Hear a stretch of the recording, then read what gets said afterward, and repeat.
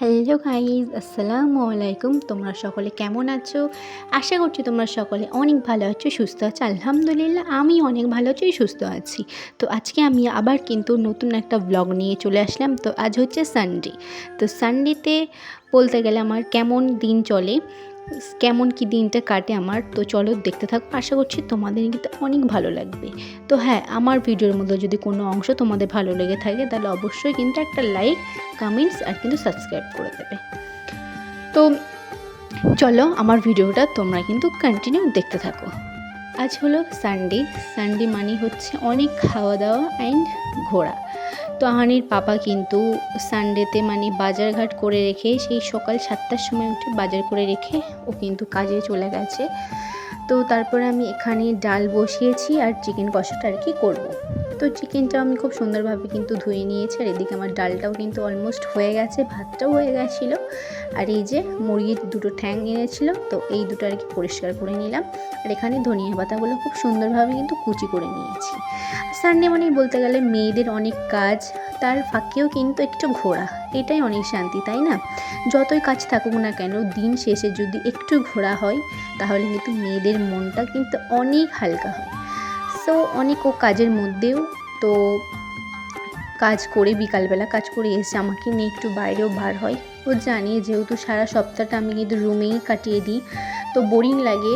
তো যত ব্যস্ততার মাঝে হলেও কিন্তু আমাকে একটু হলেও বাইরে নিয়ে যায়। তো দেখতে পাচ্ছ, তোমাদের সাথে কথা বলতে বলতে আমার চিকেন রান্নাটা কিন্তু অলমোস্ট হয়ে এসেছে। তো চিকেনটা এখানে খুব সুন্দরভাবে কিন্তু কষিয়ে নিয়েছি, নিয়ে জল ছাড়া কিন্তু কষিয়েছি। তারপর লাস্টে এখানে কিন্তু জল দিয়ে দিলাম আর ধনিয়া পাতা কুচি, তো আর হালকা একটু গরম মশলাটা গুঁড়ো ছড়িয়ে দেবো। তো এই হয়ে গেল আমার কিন্তু চিকেন কষা। আর চিকেন কষা করতে কিন্তু খুব একটা টাইম লাগে না। তো এদিকে কিন্তু এই ভাতটাও করে নিয়েছি আর ডালটাও করে নিয়েছি। তার মাঝে এই যে রান্না হয়ে যাওয়ার পরেই আমি কিন্তু আহানকে একটু লেবু জুস খাইয়ে দিয়েছি, মানে গোসল করানো ওকে হয়ে গেছে অলমোস্ট। ওদিকে ঘরে ওকে বসিয়ে দিয়ে এসেছে আর এদিকে আমি কিন্তু লেবুর জুসটা করে নিয়েছি। শত ব্যস্ততার মাঝে না আমাদের মাথায় একটা চাপই থাকে যে না, বাচ্চাকে টাইম টু টাইম কখন কিভাবে খাওয়াবো। যত কাজই হোক পড়ে থাক না কেন, বাচ্চাদের খাওয়ানোর চিন্তাটা কিন্তু মাথায় থেকেই থাকে। তো এই যে ওকে কিন্তু জুসটা দিয়ে দিয়েছে, নিজে খেয়ে নিয়েছে। তারপরে বলছে মাম্মি আমাকে একটু চিকেন দাও। তো বাটিতে একটু হালকা করে এক পিস চিকেন ঘরে দিয়ে বসিয়ে রেখেছি।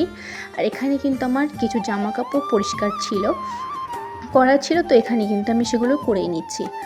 তো অনেক কিন্তু মেয়েদের, গৃহিণীদের বিশেষ করে বলতে গেলে, হাউস ওয়াইফদের বলতে গেলে অনেক কিন্তু বুদ্ধি ধরে আমাদের সংসারটা করতে হয়। যেমন ধরো, একটা কাজ করতে করতে না আরেকটা কাজ আমাদের ঠিক করতেই হবে।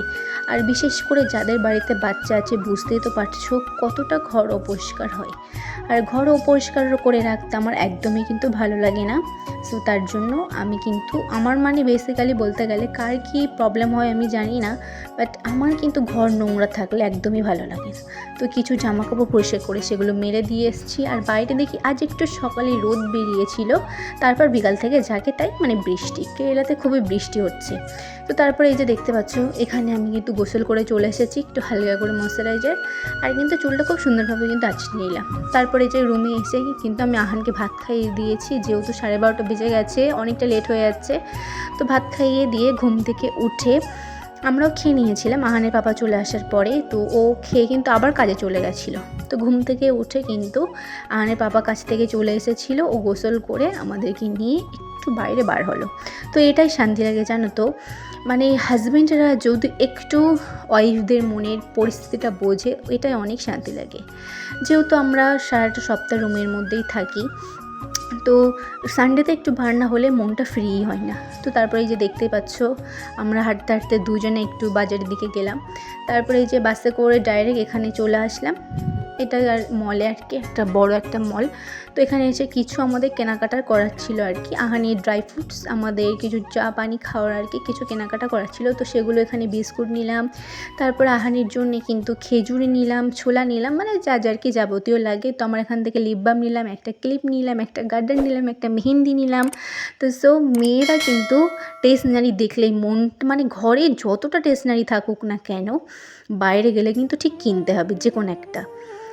তো এই যে দেখতে পাচ্ছ মলটা, এখানকার মলটা না খুবই বড়, মানে যাবতীয় সব কিছু কিন্তু এখানে অলমোস্ট পাওয়া যায়। তো এই যে এই মলটাতে এসেছিলাম, অনেক দিন পর আসলাম।